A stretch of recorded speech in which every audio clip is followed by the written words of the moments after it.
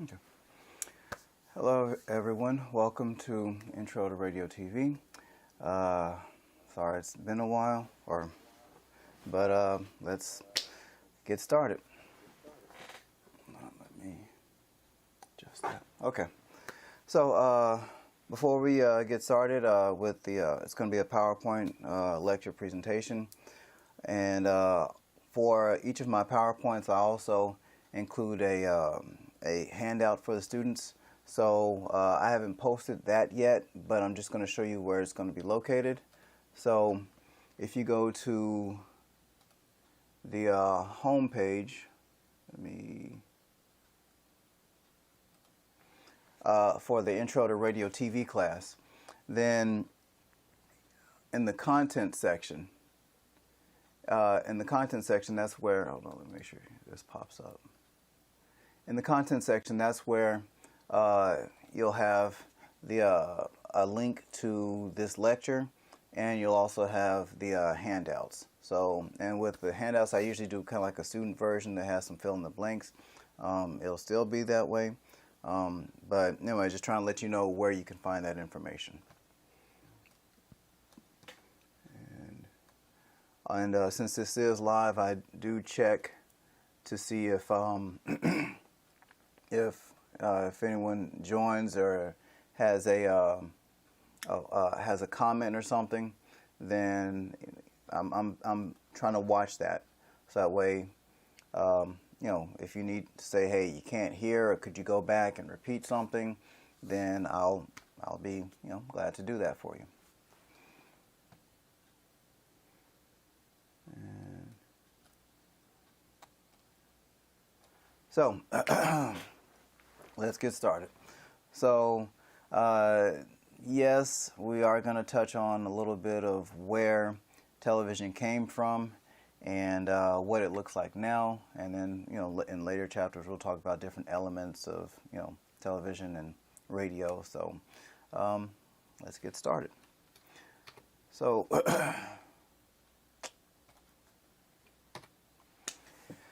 let's talk about a few things about just television and just life in general. And sorry, I think I'm noticing something. Having worked in television, I'm a little ticky. I think I'm a little overexposed, but whatever. So some things about television is that I'm not going to say it's like the great equalizer or anything like that, but it is pervasive. So whether you're rich, poor, whatever race you are, whatever culture, education level, everybody watches television. Okay, maybe more people watch certain shows, but in general, it's a great way to cut across a lot of lines to reach a lot of people. On average, there's about Americans watch about 31 hours of television per week. Now, that doesn't mean, you have to consider that is an average, and I'll show you later on that there's one or two demographics that are consuming almost twice as much as everyone else, but you'll have to find out about that later on. Also, television gets blamed for a lot of declines, such as, or things that say violence and trivialization of national politics. A lot of things can be blamed on television. Let me adjust this a little bit. Okay. So, what else was I wanted to say? Oh, also, but it does unite people, say in times of national crisis. Everyone's glued to the TV, or watching in shock about something that everyone believes is undeniably good or bad. So, like, I don't know, you probably don't remember this, but there, like, say maybe some royal wedding. A lot of people tune in for that. Or an inauguration or a funeral of maybe some celebrity who's been around for decades.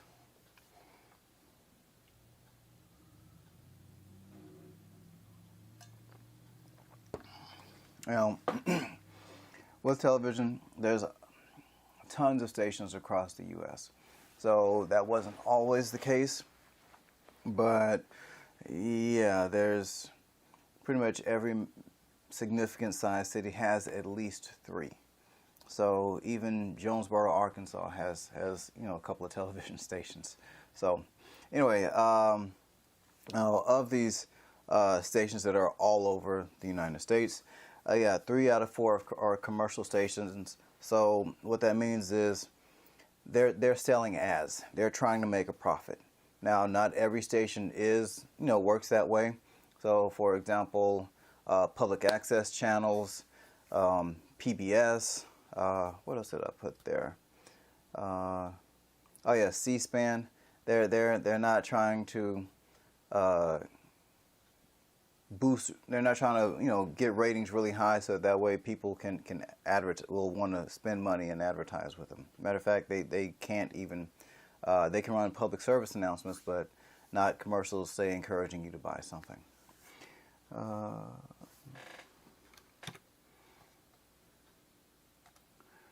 Let's see. See, somebody's in the room. Okay, just checking to see who's watching and if they have any questions or anything. So back to it. Oh, and just I was going to say just a reminder, but there's about a 15-second delay.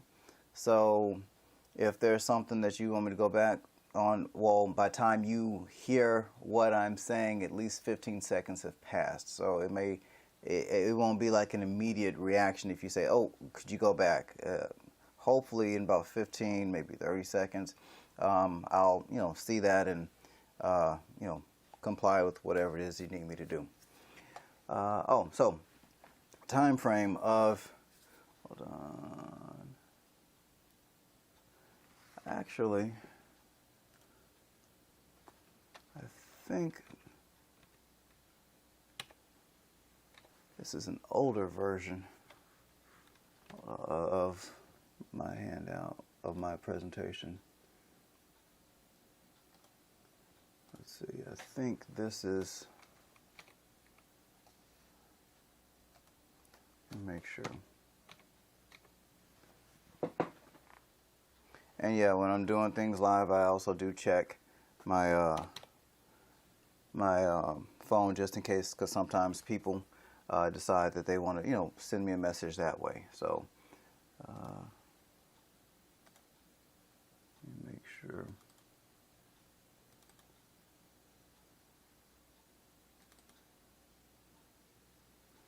Okay. Well.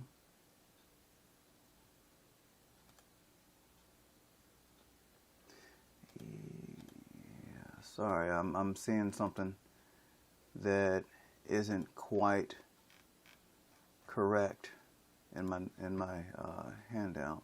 I mean, in my PowerPoint. So I'm just trying to adjust that for you. I'm wondering why. Okay. So, sorry about that.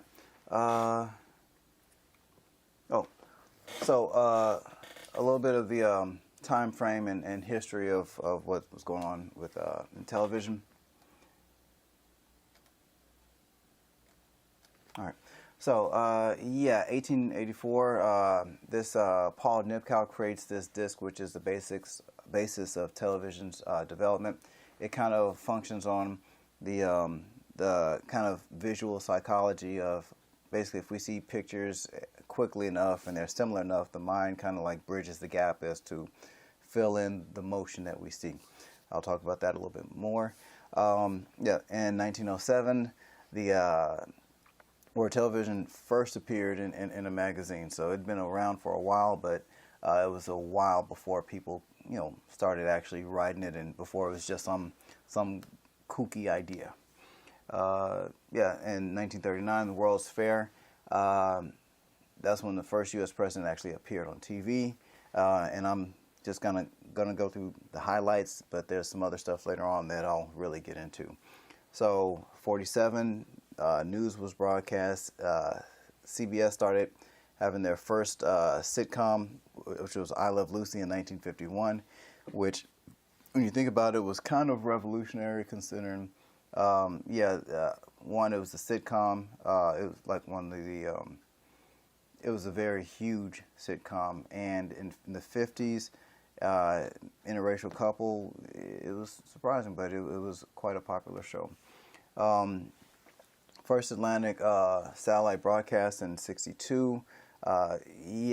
So not so around the moon race and all that. Once we got up into space, there was other stuff. Not I think Russia had the Sputnik satellite, but eventually America caught up and started using satellites for things such as broadcasting images across the world. Public television beginning in '63.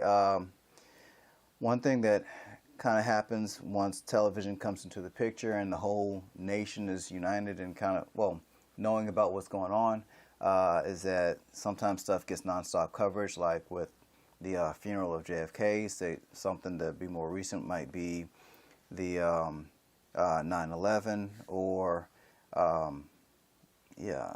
or presidential inaugurations. So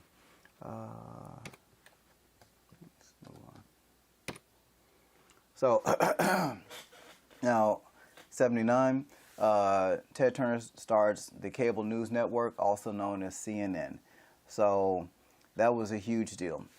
Reason being is, one, it was a channel devoted only to news, which wasn't the case, and also that 24-hour news cycle. So before, news wasn't always updating. You were getting like your daily news or your nightly news or whatever. Also, there used to be, you probably don't remember this, most of you, but there was a time when TV stations actually just turned off.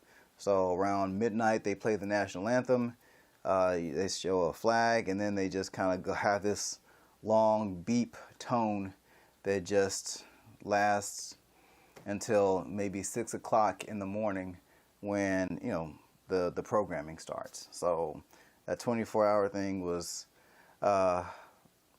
quite significant.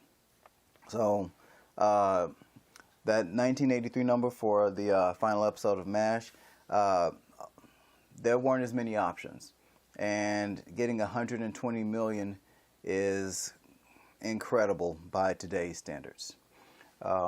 With just going through some other highlights, ad-free coverage of 9/11, that was 2001. Wars were being covered live, which was a huge deal. Usually, before live, you kind of get like your weekly news. Now you get news from across the world that same day. 2005, YouTube was founded. So that was kind of took the voice away from just the big networks. Then anybody could be on TV. And when I say television, yes, I do mean traditional television, but also that screen that you hold up in front of your face, counting that, we'll be talking about that as well. So it's not just broadcast, but it's also stuff that's streamed, that's uploaded. Let's see. The 2006 Congress makes stations say, okay, you got to have HD signals, which is kind of weird because it was, how can I put it? High definition isn't like an inalienable right of being an American citizen, but Congress said, hey, you got to switch to this. So, and trying to make it uniform. So that's when, around the time that those the fat back television started to dwindle away. Now in 2007, the reason why I put the first iPhone release is because things like YouTube and streaming, they were around, but once you had a portable device that you could take with you anywhere, anywhere you go, or any room in the house, wherever, that's when people started watching a lot more television that they held in front of their face, or also with the the iPhone and I mean just all smartphones in general. But I'm just saying, there's definitely a big shift when the iPhone came onto the market. But once they had, once everyone had cameras, just they were easily accessible. Guess what? A lot more people were posting to YouTube and social media. So not going to be talking a lot about social media, but yeah, it changed things significantly. Let's see. Oh, the 2009 changed to high definition, so every station had to comply with this. So yeah, that's why it's pretty hard to find a big, fat TV now, because you either have to have some type of converter, or yeah, it's just hard to come across those. I mean, they're still around. Check a pawn shop, you'll see them. Another thing significant to TV, just Netflix and their online programming, original programming, and video streaming. So it's just becoming more of a powerhouse. So that's why you see people like Will Smith doing movies, that go directly to Netflix instead of out in the movie theater. So that's definitely going to be affecting, things for at least the next 20 years. So, going a little bit more into who's watching, well, not how much television people are watching a week. And just, let's see, check in the chat just see if anybody's commented. Okay, cool. So, moving on. Really, I'm not going to break this down for you. You can see it just like I can, and I've got another screen that deals with this. But yeah, just take a few seconds, and it does break it down into traditional TV. Something that you sit on the couch in front of, and maybe watch a movie or something with friends and family, and also how much time people are watching some type of device. And yeah, I'd say just my personal experience, yeah, I'd say about 16, 24 minutes, about that age, does seem about what goes on in my house. I've got kids and stuff in that age range. But yeah, I just also noticed that the 50-year-olds and up, there's a lot more a lot more traditional television usage. And if this is kind of making you dizzy, I've got it in another format that should help you. Okay, so yeah, I'm just gonna start here. Yeah, about 50 hours of just regular TV, and 29 minutes of something on the internet. Yeah, that is quite a bit compared to, say, 18-year-olds, 18 to 24-year-olds. My thinking behind that is just older people are have a more stationary lifestyle, and sometimes they just pop down in front of the TV. So yeah, there is a lot of hours, despite whatever age group you are, that people are watching television. So, which is one of the reasons why it's become a dominant force for advertising. So so with the speaking of advertising, yeah, it's great for advertisers. Now, some people think that television's what they give you is the programming. But from an advertiser's perspective, they're thinking, oh, television is, what am I going to pick because I want to get this ad out about our new whatever product?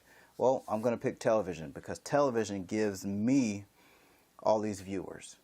So for a company, television, the product that they sell, to the product that they give them, are viewers, are our eyes, our attention. But for people at home sitting on the couch or wherever, for us, the product is content, TV shows, things that make us laugh, cry, feel emotions, whatever. Keep us, tuned in into the world of sports. So that's two different ways of seeing, that same device. So, being delivered to the audience.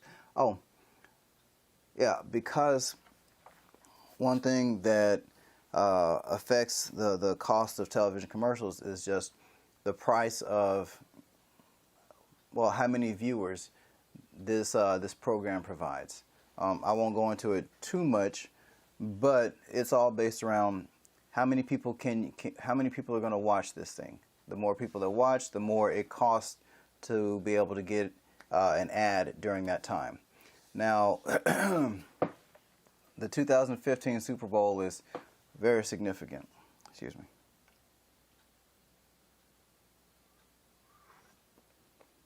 The reason why I say that is because it's one of the highest viewed Super Bowls in history. New England Patriots versus Seattle Seahawks. And it did 114 million viewers. So, and it also has, it was also viewed internationally. But yeah, that's kind of crazy that about half that'd be the equivalent of half the U.S. population. So that doesn't mean that 1 out of 2 people in the United States at that time was watching the Super Bowl. It was a good number, but maybe not quite that. But once you count in the international, all that combined, it does equal to about 1 out of every 2 people in the U.S. watch the Super Bowl. So, so for 30 seconds, you would have, if you bought a 30-second ad, you'd have 114 million people watching that ad. So, yeah, 4.5 million. Yeah, it's not even. Yeah, even if you're paying like $1 per viewer, or let's say 25 cents per viewer, I'm not saying I got that kind of money, but I'm just saying I can see how, it could be a good deal for an advertiser. At least that one. So let's talk about how radio kind of, I'm not going to say morphed into television, but they definitely do have a history that is interwoven together. So when television came about and was starting to be significant, okay, this thing could actually happen. We can actually do something with this. They had some funny, well, what I consider funny names. You probably consider funny names too. Visual wireless, visual radio, electric television. Electric vision. I'm surprised. If it was, if you added one name, I wouldn't be surprised. There was like, I'm surprised it wasn't called e-vision, and there was something like electric. Something I read about, like an electric telescope or something like that. It had the word telescope in it. So, anyway, they were trying to come up with a name for it. So one of the things that was significant in getting television going was this thing called a NIPCOW disc. Now, it basically functioned on the idea of, well, moving images, and talked a little bit about it, how the mind kind of like, I don't want to say draws a conclusion, but if you have enough still images that are similar flowing, then you kind of like automatically create movement. Something that I wanted to show you, and bear with me in case I don't get it quite right, but there's a short 1 minute of a video that I want you guys to see. And let me go ahead and switch over. Okay. So this kind of explains why that disc, how that disc operated, and yeah, it might be something that I think you might find worthwhile. This creates the illusion of movement. A good example is a thaumatrope. When the disc spins fast enough, the bird appears to be in the cage. the image of the cage is still on the eye when the image of the bird is projected.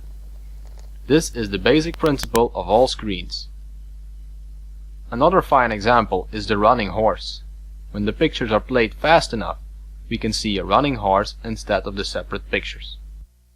So now we know that if something is changed quick enough, the eye will blend the images together. This also works if you divide an image into pieces and alternate them one after another. This is basically what the televisor does. Let's take a look in detail. The most important part of the televisor is the disc. It's called the nipkow disc. In this example, the disc will have 8 holes. In real televisors, this was generally around 32, but it could also be higher. The holes are placed in a spiral design. If we spin the disc counterclockwise, the holes will move in the spiral. When a viewing window is placed in front of the disc, we can see the holes scanning the window from the bottom to the top and from the right to the left. The image is being split up in 8 lines. One rotation of the disc means one image. If we place a light behind the disc and vary the light strength, we can vary the brightness as it passes through the holes.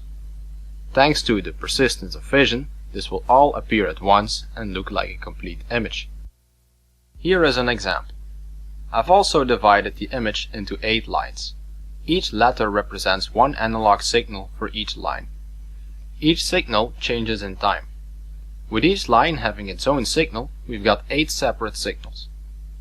Let's take a look at one line in detail.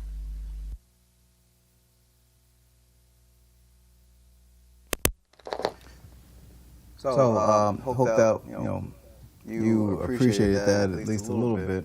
But that was the first way that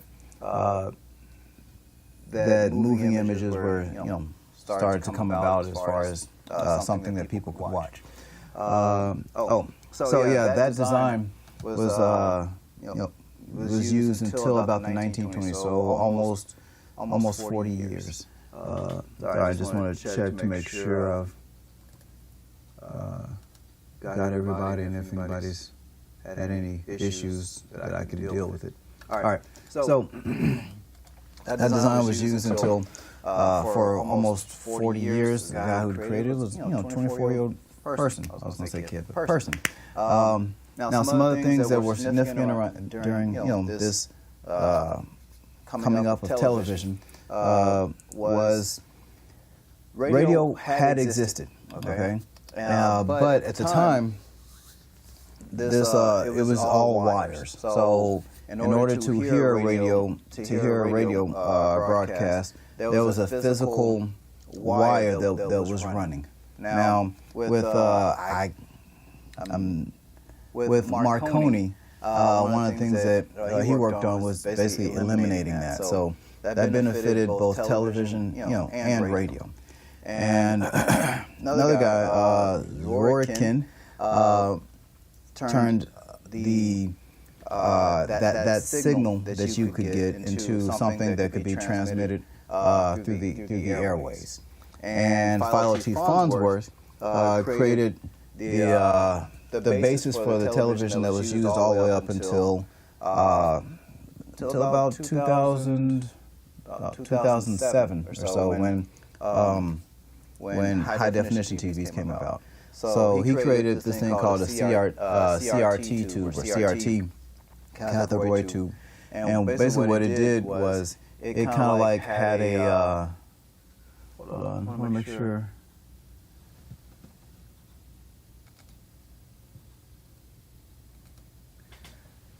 Yeah, I just noticed that you guys weren't seeing the what I was, at least the visual of what I was talking about with the Marconi and the wires and airwaves and the guy about the electric signal, but also had some images that if I haven't clicked onto the right window so that you can see what I'm talking about, please let me know, because I don't want to just keep going on and losing you. So yeah, I just think that'd be beneficial for for you, for me, for everybody.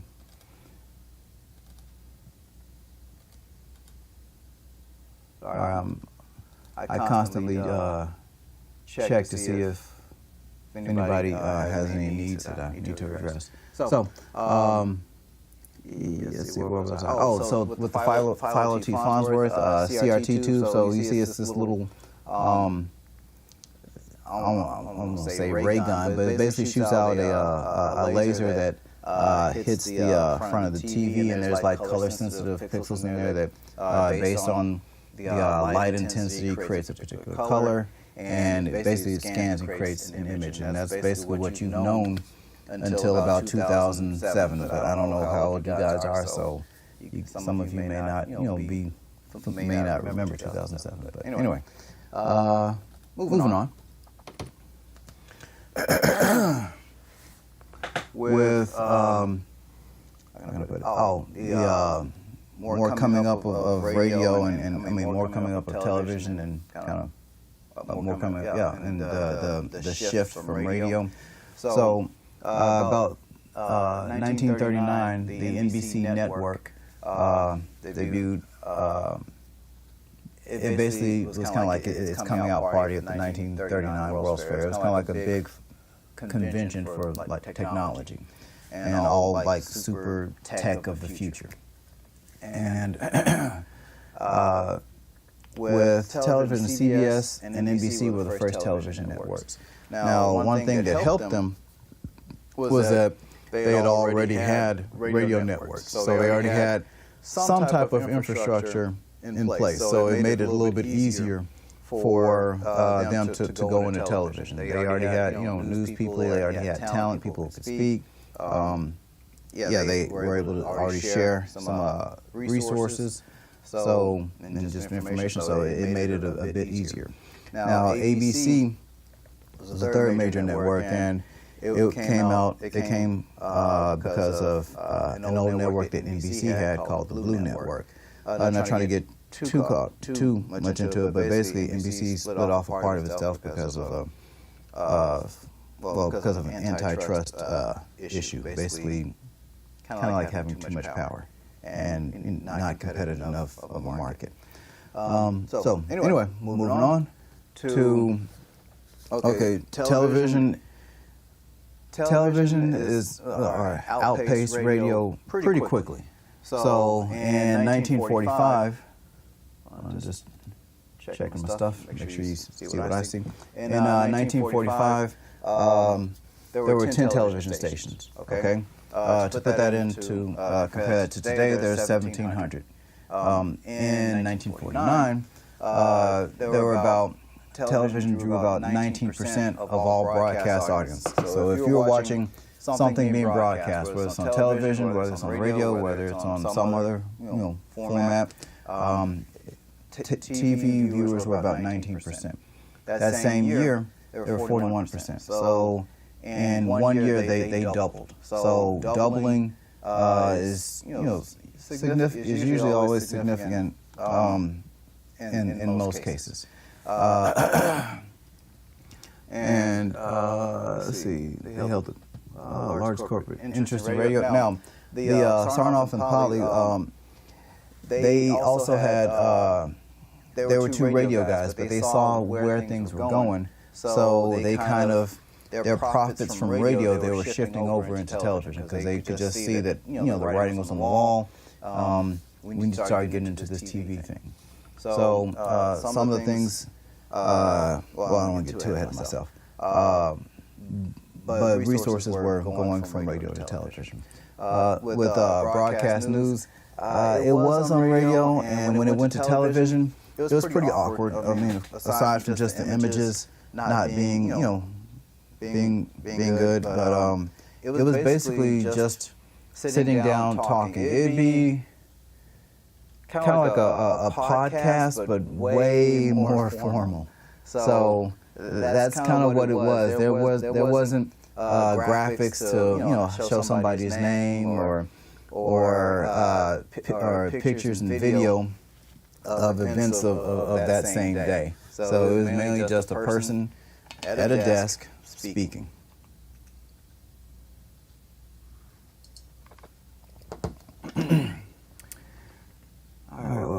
Oh, my chroma key's getting bad. Let's see. Yeah, sorry, I'm just trying to make a little adjustment. Excuse me, just a moment.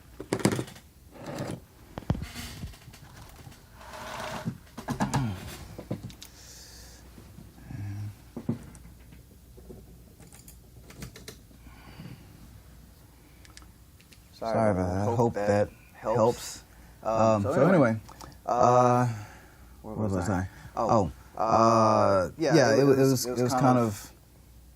It wasn't smooth, but they they figured it out. Also with in the radio field, people started moving to television. So stations may have had, okay, you're my radio person, I want you also to help us out with this venture, or you're going to help us out with this venture because you got a contract. Whatever it was, radio people were either voluntarily moving to television, or they were being told by the boss, hey, you're going to help out with this as well. Or like the more older, established on-air talent, they just stood where they were and folded their arms like, hey, I'm not going. So I'm trying to think what else I wanted to say about this. It still it happens. Back when I was working in news, I was a TV producer for local broadcast news, and even I had to do internet stuff, even though that wasn't part of my job. Didn't say in the job description, but even though I was responsible for a TV show, I still had to also create online content as well, and that's just what it was. It was just like another added responsibility. So I'm kind of imagining with the whole TV thing, it's like, all right, just go over there and talk to these people for a second, in front of the moving picture thing, and then you can come back over here. So anyway, so yeah, the television programming mirrored radio programming, except for television started having talk shows, and radio had the advantage that they could start doing a lot of call-in programs. And I mean, it's kind of the way people received it, kind of like how people received whatever the new hot technology is they were more thrilled about, hey, just seeing a picture, just being able to see a person in their living room that is miles and miles and miles away, and that in a sense kind of in the early days became more important than whatever it was that the person was talking about. And I believe,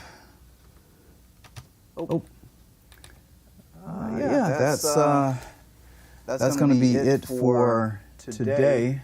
Let's see. I usually like to try and keep lectures about 40 minutes, maybe 50 minutes. If you have anything any questions or whatever, I'll stay on for just a moment to see if anybody had any questions? There's an echo. Okay, hold on.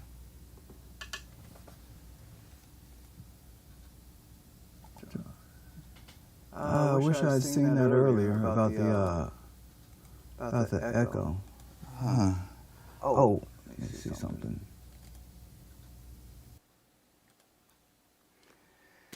Yeah, okay, so that probably got rid of the echo. Sorry I didn't see that sooner. I had left an audio channel on from when I was playing the video, and that may have been what had caused the echo. So sorry about that. And I'll just have to remember that next time I play a video. Thank you for telling me that. I'm trying to think, is there anything else? Well, see, just a reminder before we finish that you can go to the content section in Blackboard, and that's where, that looks, You go to the content section in Blackboard, and that's where I'll have a link to the videos. Also, the more we have, I'll create a playlist in YouTube, and you can go there to just get all the videos there if you want to do that as well. Yeah, that's it. Thanks for joining me, and I'll see you next time.